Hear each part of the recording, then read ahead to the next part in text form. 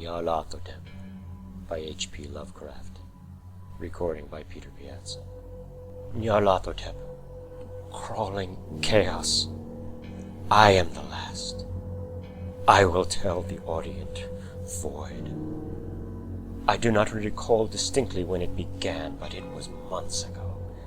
The general tension was horrible.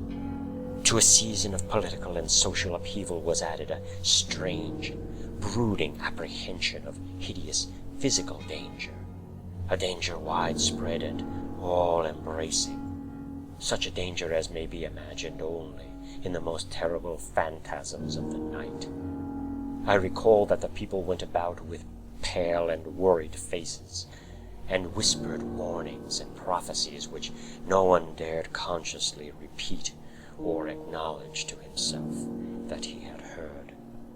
A sense of monstrous guilt was upon the land, and out of the abysses between the stars swept chill currents that made men shiver in dark and lonely places.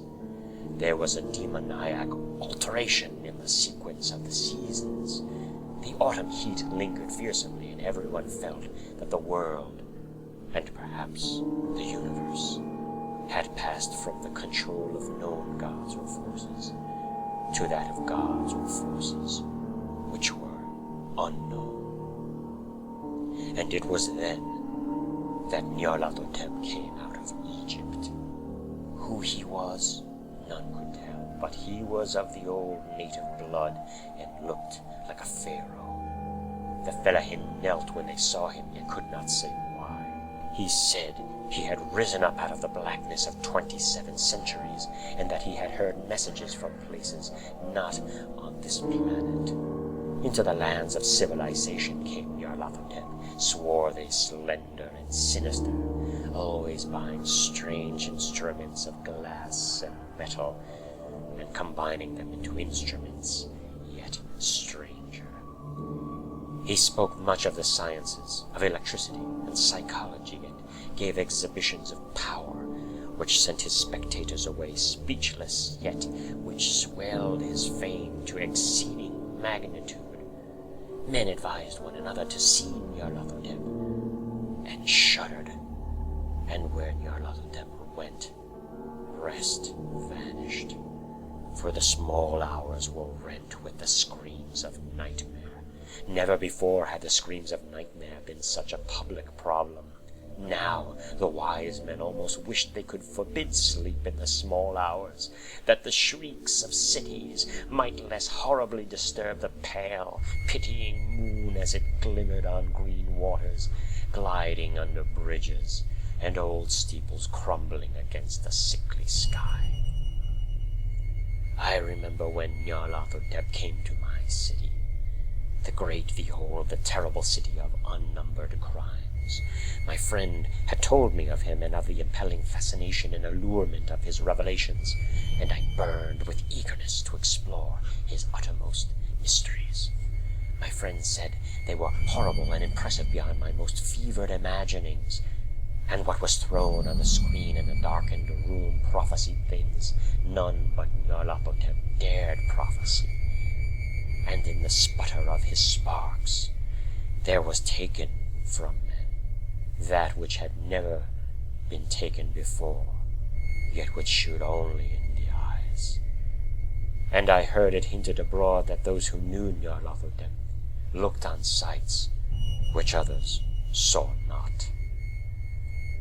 It was in the hot autumn that I went through the night with the restless crowds to see Nyarlathotep, through the stifling night and up the endless stairs into the choking room, and shadowed on a screen I saw hooded forms amidst ruins, and yellow, evil faces peering from behind fallen monuments, and I saw the world battling against blackness, against the waves of destruction from ultimate space, whirling, churning, struggling around the dimming, cooling sun. Then the sparks played amazingly around the heads of the spectators, and hair stood up on end, while shadows more grotesque than I can tell came out and squatted on the heads, and when I, who was colder and more scientific than the rest, mumbled a trembling protest about imposture and static electricity. Nyarlathotep drove us all out, down the dizzy stairs into the damp, hot, deserted midnight streets. I screamed aloud that I was not afraid, that I never could be afraid, and others screamed with me for solace. We swore to one another that the city was exactly the same and still alive, and when the electric lights began to fade, we cursed the company over and over again, and laughed at the queer faces we made. I believe we felt something coming down from the greenish moon, for when we began to depend on its light, we drifted into curious, involuntary marching formations, and seemed to know our destinations, though we dared not think of them. Once we looked at the pavement and found the blocks loose and displaced by grass, with scarce a line of rusted metal to shew where the tramways had run.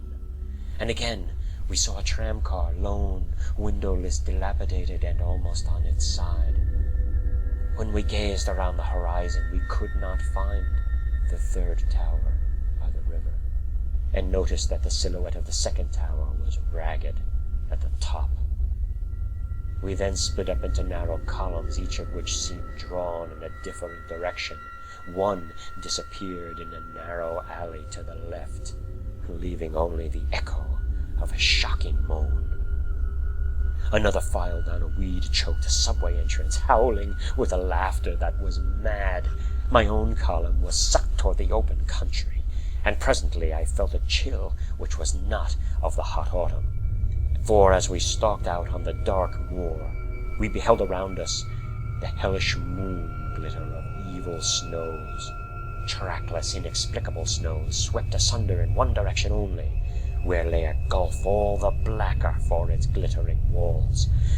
The column seemed very thin indeed as it plodded dreamily into the gulf. I lingered behind, for the black rift in the green-littered snow was frightful, and I thought I had heard the reverberations of a disquieting wail as my companions vanished. But my power to linger was slight.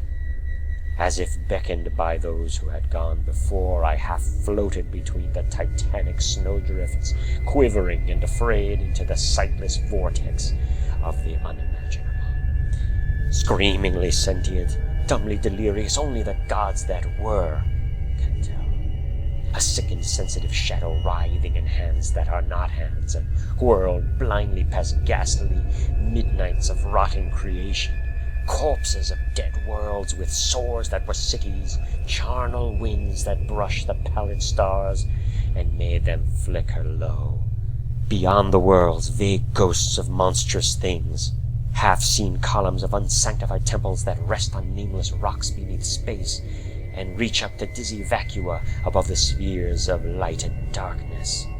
And through this revolting graveyard of the universe, the muffled, maddening beating of drums and thin, monotonous whine of blasphemous flutes from inconceivable, unlighted chambers beyond time.